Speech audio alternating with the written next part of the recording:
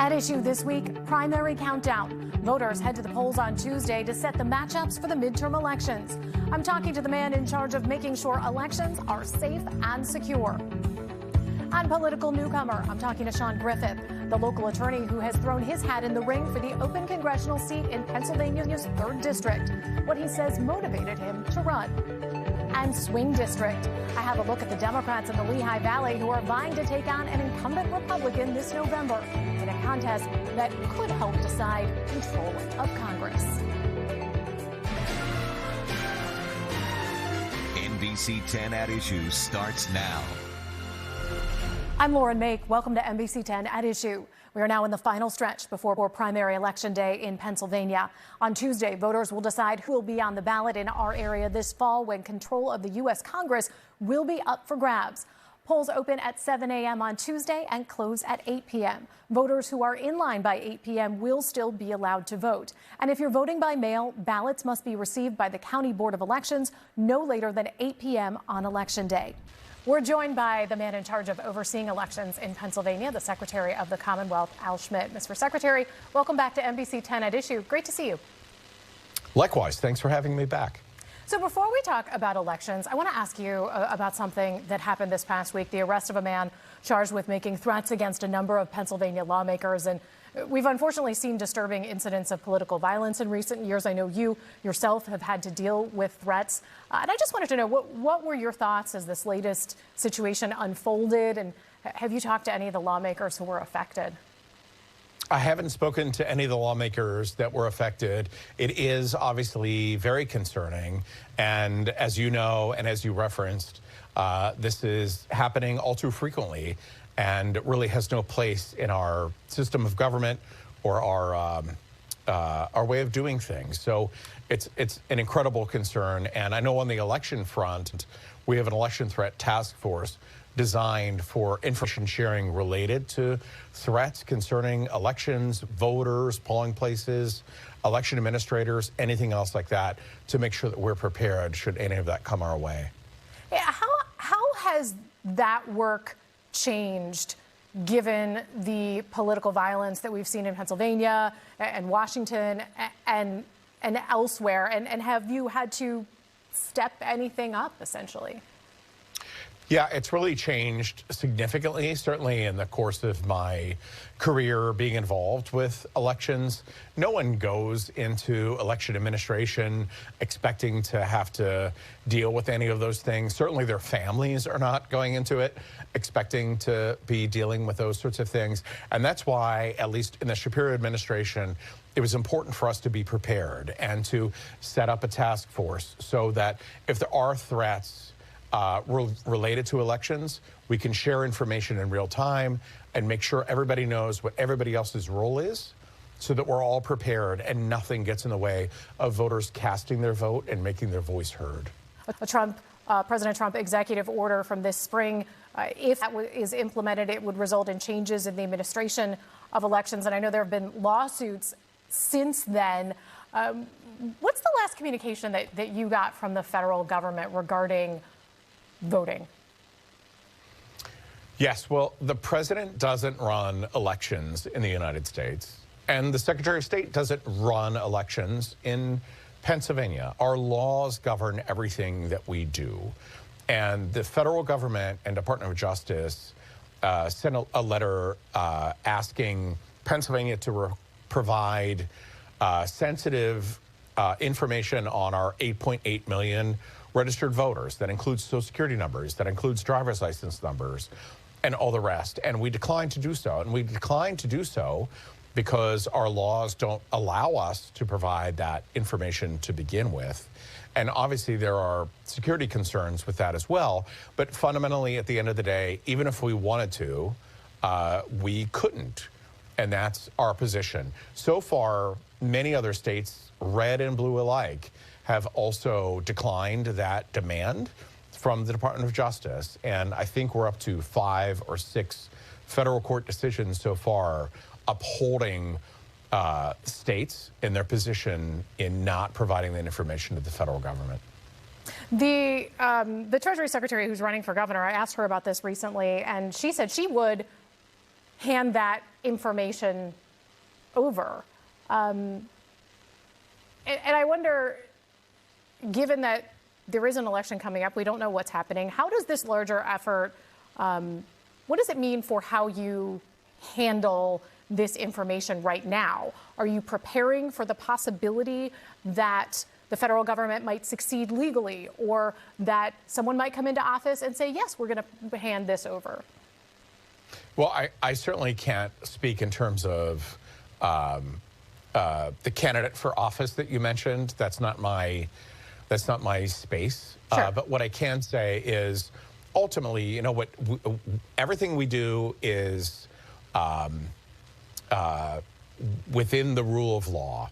And if courts determine one thing or another that is at odds with our interpretation of it, you know, we'll see where that goes. But so far, every court has decided or made decisions in support of states in rightfully declining to provide that information to the federal government.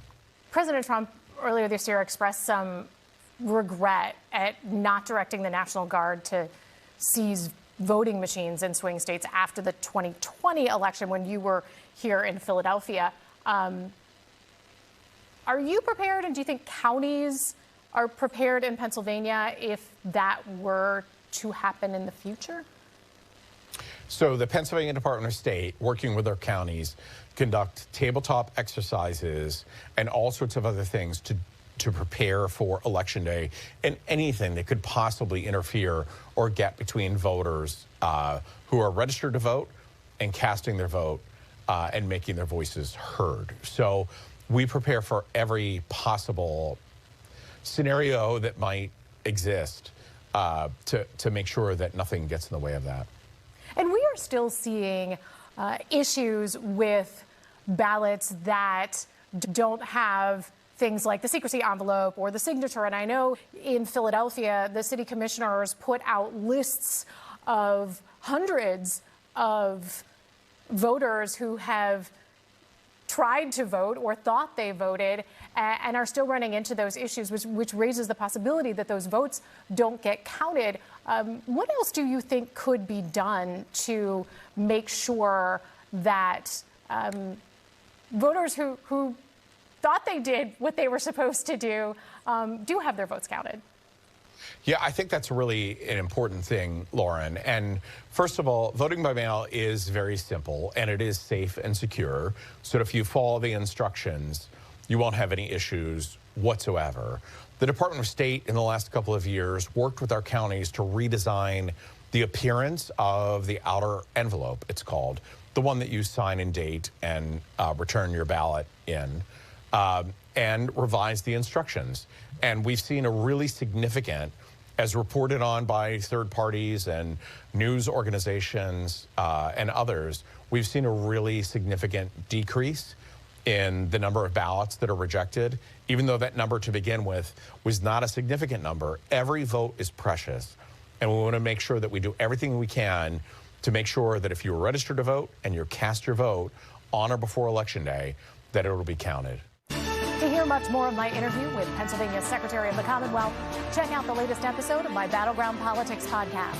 It's available on NBC10.com or listen on the go wherever you get your podcasts. Ahead, the primary battle in Pennsylvania's 3rd Congressional District. Political newcomer Shaun Griffith is running against more well-known names. Hear why this local attorney says he decided to join the race. This is NBC10 at Issue. One of the most closely watched races this primary season is in Pennsylvania's 3rd Congressional District. Voters there are choosing a new member of Congress to replace retiring Congressman Dwight Evans. It is one of the bluest congressional districts in the country, and the primary race there is a competitive one. 4 candidates are in the running. I sat down with each of them. You can watch my interviews with them right now on my Battleground Politics podcast. And here on NBC10 at Issue, we're bringing you parts of those interviews in the order the candidates appear on the ballot. The past 3 weeks, we brought you my interviews with Dr. Ayla Stanford, State Senator Sharif Street, and State Representative Chris Rabb. This week, we're hearing from Shaun Griffith. He's an attorney who has never held elected office. First of all, what's the most important thing that you would do in representing Philadelphia? Sure. So the most important thing that I'd want to work on would be Medicare for all, or some kind of universal access to health care, because that is a thing that is affecting everybody. The cost of medical care is astronomical. Just in the past 4 months alone here in Pennsylvania, we've lost 120,000 people who had been getting insurance from the Affordable Care Act, who are now uninsured. So what was already difficult has become increasingly more difficult for Pennsylvanians and everyone across the country. So that would be one of my top priorities. Also, I'd be looking to raise the minimum wage. We still have, both in Pennsylvania and the country, a $7.25 minimum wage, which is unlivable. So I would be joining the fight for 15, but even that's outdated now because that's been in the political discourse for over a decade. Where do you think it should be? Probably closer to $20 per hour. And of course, that would not only help the people who are working at low wages, it would also help, say, union workers be able to negotiate better wages for themselves and other paid professionals. You're running in a race with some people who are fairly well known in the area, either because professionally of what they have done or because they are already in politics. Why should voters choose you, who they might not know anything about, over people who they know and in some cases maybe have voted for in the past? So whereas there probably are some advantages to institutional knowledge, there are also a lot of biases that come from there. So in my opinion, everything that I know, everything that I think is based on my interactions with real people, working real jobs, having real struggles, trying to afford healthcare, trying to afford daycare, trying to make the daily ends meet. So whenever I come to politics, I come as somebody who is coming just because I care about the people in my community and I care about the people in America. If you want to know why I even joined, though, the main reason is I was so concerned about the infringement on our civil liberties that we've seen under the Trump administration, where we have people being arrested, being deported, being shot. No due process whatsoever. This is truly un-American. This is probably the greatest existential threat that we Americans have faced, at least since the Civil Rights Act in the 60s, certainly within my lifetime. So after I had resigned from the Commonwealth of Pennsylvania, where I had worked as an attorney for roughly 15 of the past 20 years, I decided I really wanted to enter this political race to make sure that all of the progressive ideologies, all the goals, Medicare for all, higher minimum wage, right to unionize, affordability, all of these things I want to make sure stay in the forefront of everyone's mind. And I also think the reason that people should vote for me is because that is the reason I'm running. I don't care about my title. I don't care about having any kind of particular influence, except that I want to make sure that voters here in Pennsylvania, in Philadelphia specifically, have a voice for working class people. So because people don't know a lot about you, let's fill them in a little bit. So you were working for Pennsylvania. Yes. And I think you were working in the unemployment compensation realm. That's correct. Yeah. And you left in December. Why did you leave then? So there are a lot of limitations to working. I largely didn't agree with management in Harrisburg, and it wasn't a fulfilling career for me anymore. And I wanted to look to have opportunities elsewhere. So I had decided, given myself a deadline by the end of the year, if I don't have a different position, I'm going to leave. And so after I resigned, and I was like, okay, what am I going to do now? And I started thinking, oh, maybe there's an opportunity in politics. And upon seeing that the incumbent was resigning, and at that point, several other Democrats had already declared, I realized this is an open field. This is a place not only where there is an opportunity, but also a need, because even though there are progressives in the race, at least on an economic progressive platform, I am sure that I'm the most. I know that you said that you want to work on protecting American civil liberties. How would you do that as a member of Congress? So there's several things. First, many people who are on the Democratic side are saying defund ICE. I agree with that, but in my opinion, actually that is only the first step. I think we should actually dismantle Homeland Security altogether because it's only been around for 25 years, and the sort of excuse that I'll say excuse, but the rationale that the George W. Bush administration used was that September 11th could have been prevented if the FBI and the immigration had communicated, and some of the suspected terrorists would have been identified by both, because almost all of them had been identified as suspicious by one or the other.